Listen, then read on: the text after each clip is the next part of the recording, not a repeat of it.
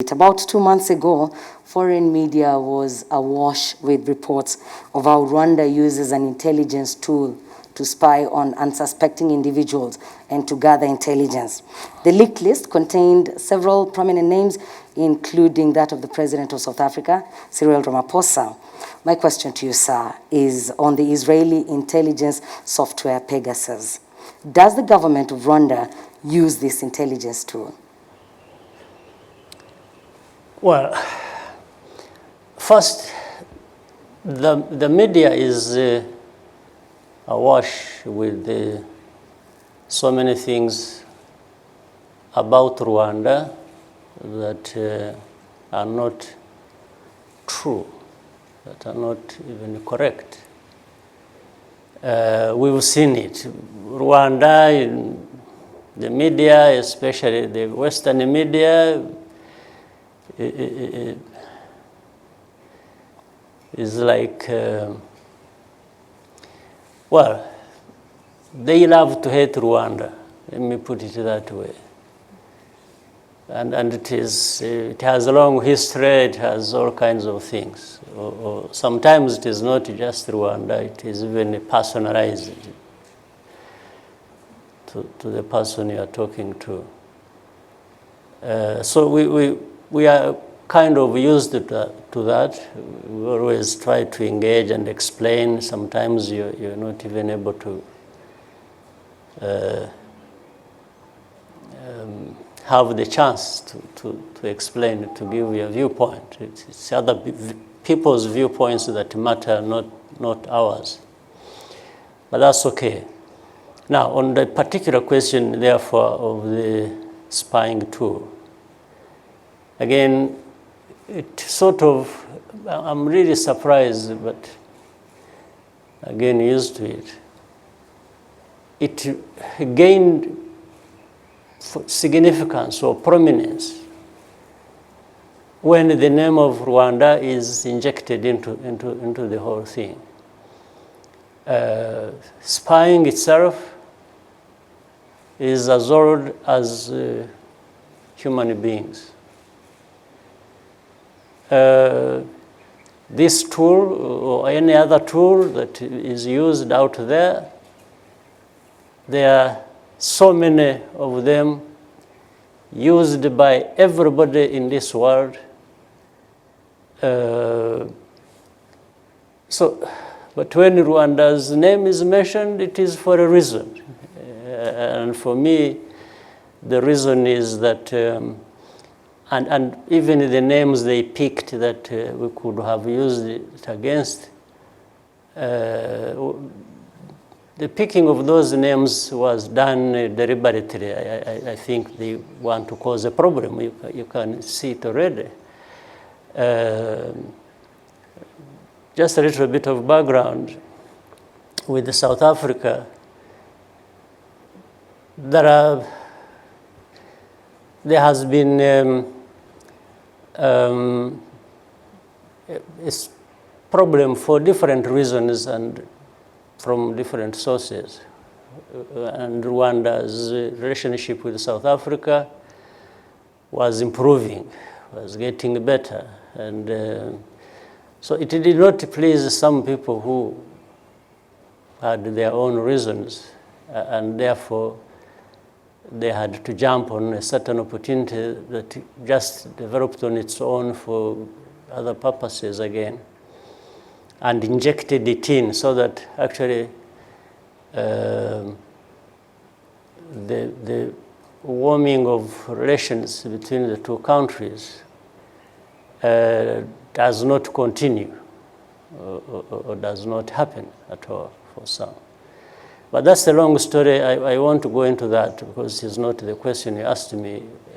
In any case, not for discussing here. I'll go back to your question. It has come on a different occasions. In fact, it came some time back, and there was an explanation given that we actually don't even have that tool or those kinds of tools that others have. We explained it, and they thought it was over. Then it came back recently.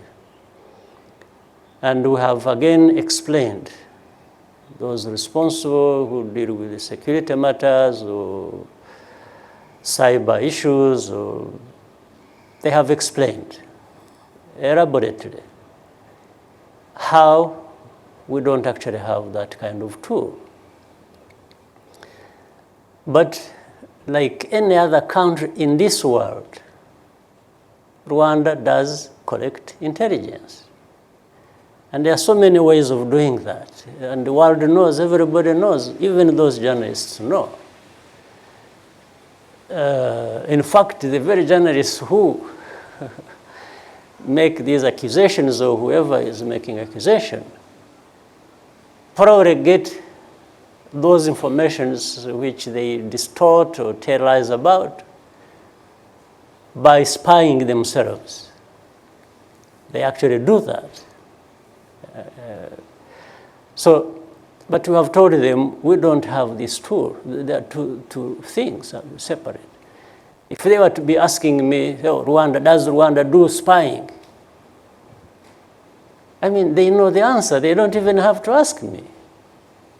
Because they, as even institutions or individuals, do spying. They follow people. They want to understand what they want to understand through different means.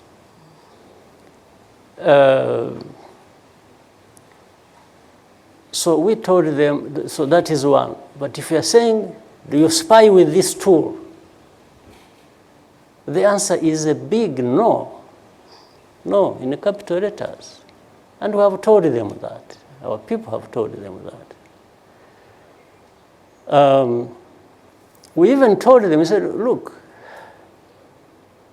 there are those countries you have mentioned that use it, that actually even accept they use it, or that have not even denied it, which maybe they may take that it means they did not deny it, but that may mean they are using it, according to the journalists. But for us, we have told them, no, we don't have it, therefore we don't use it. And we told them, even said, why don't you go to those people who actually created that spying tool, who developed it, and ask them. They probably will tell you those who have it and those who don't have it. And you will find that Rwanda doesn't have it. How can we use what we don't have?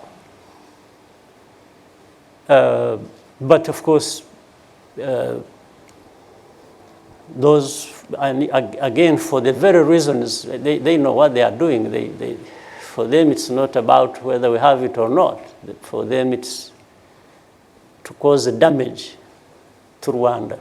Again, it fits into the whole narrative that has been there for, as I know, 27 years. We have gone through these kinds of things, accusations of all kinds. We have had to explain ourselves all the way up to this point, but we are not complaining.